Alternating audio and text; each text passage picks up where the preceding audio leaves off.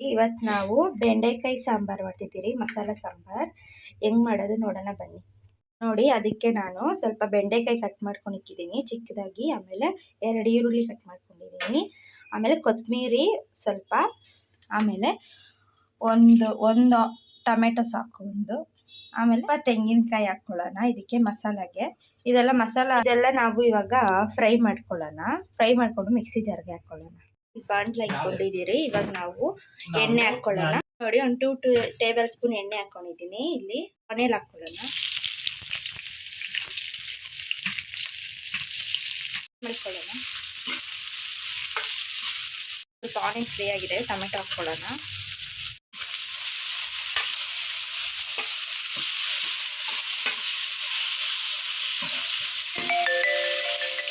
ನಾವು ಸ್ವಲ್ಪ ಬೆಳ್ಳುಳ್ಳಿ ಹಾಕ್ಕೊಳ್ಳೋಣ.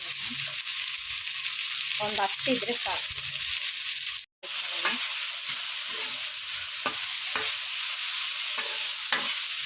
ಹಾಕ್ಕೊಳ್ಳೋಣ ಸ್ವಲ್ಪ.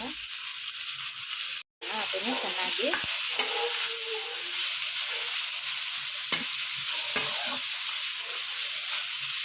ಶುಂಠಿ ಹಾಕ್ಕೊಳ್ಳೋಣ. ಕಟ್ ಮಾಡಿ ಇಟ್ಕೊಂಡಿದ್ದೀನಿ. ಚೆನ್ನಾಗಿ ಫ್ರೈ ಮಾಡ್ಕೊಳ್ಳಿ ಈ ಥರ. ನೋಡಿ, ಇಷ್ಟು ಫ್ರೈ ಆದರೆ ಸಾಕು. ಇವಾಗ ನೆಕ್ಸ್ಟ್ 2 ಟೇಬಲ್ ಸ್ಪೂನ್ ಅಷ್ಟು ಎಣ್ಣೆ ಹಾಕ್ಕೊಳ್ಳೋಣ ಇನ್ನೊಂದು ಬಾಣಲೆದಲ್ಲಿ.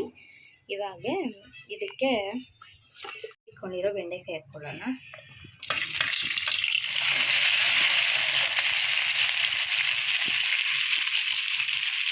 ಫ್ರೈ ಮಾಡ್ಕೊಳ್ಳಿ ಈ ಥರ.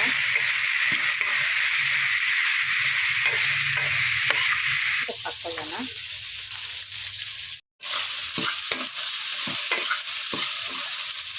ಹಾಗೆ 10 ನಿಮಿಷ ಬೇಯಲಿ ಚೆನ್ನಾಗಿ.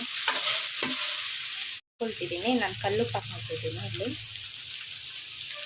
ಎಲ್ಲ ರುಬ್ಕೊಳ್ಳೋಕ್ಕೆ ಹಾಕ್ಕೊಂಡಿದ್ದೀನಿ. ಇವಾಗ ಇದಕ್ಕೆ 1 ಟೇಬಲ್ ಸ್ಪೂನ್ ಅಷ್ಟು ಮನೆಯಲ್ಲೇ ಮಾಡ್ಕೊಂಡಿರೋ ಖಾರದ ಪುಡಿ ಹಾಕ್ಕೊಳ್ತಿದ್ದೀನಿ ನಾನು. 1 ಟೀ ಸ್ಪೂನ್ ಅಷ್ಟು ಧನಿಯಾ ಪೌಡ್ರ್ ಹಾಕ್ಕೊತಿದ್ದೀನಿ. ಸ್ಪೂನ್ ಅಷ್ಟು ಅರಿಶಿನ ಪುಡಿ ಹಾಕ್ಕೊಳ್ತಿದ್ದೀನಿ. 1 ಗ್ಲಾಸ್ ಅಷ್ಟು ನೀರು ಮಾತ್ರ ಹಾಕ್ಕೊಂಡಿದ್ದೀನಿ. ಇವಾಗ ರುಬ್ಕೊಳ್ಳೋಣ.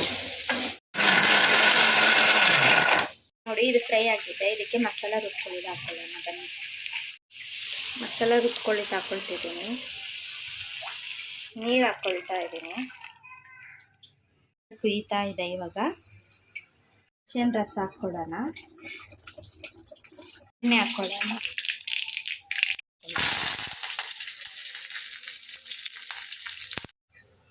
ನೋಡಿ, ಸ್ವಲ್ಪ ಇದು ಒಗ್ಗರಣೆ ಹಾಕ್ಕೊಳ್ಳೋಣ. ಸಾಂಬಾರು ಹಾಕಿದೆ. ಲಾಸ್ಟಲ್ಲಿ ಕೊತ್ತಂಬರಿ ಸೊಪ್ಪು ಹಾಕ್ಕೊಳ್ಳೋಣ. ನೋಡಿ, ಸೂಪರಾಗಿ ಬಂದಿದೆ. ಇದನ್ನು ರೈಸ್ ಜೊತೆ, ಚಪಾತಿ ಜೊತೆ ಸೂಪರಾಗಿರುತ್ತೆ. ನೀವು ಮಾಡಿ ಟೇಸ್ಟ್ ಹೆಂಗಿದೆ ಅಂತ ಕಮೆಂಟ್ ಮಾಡಿ ಹೇಳಿ. Thank you.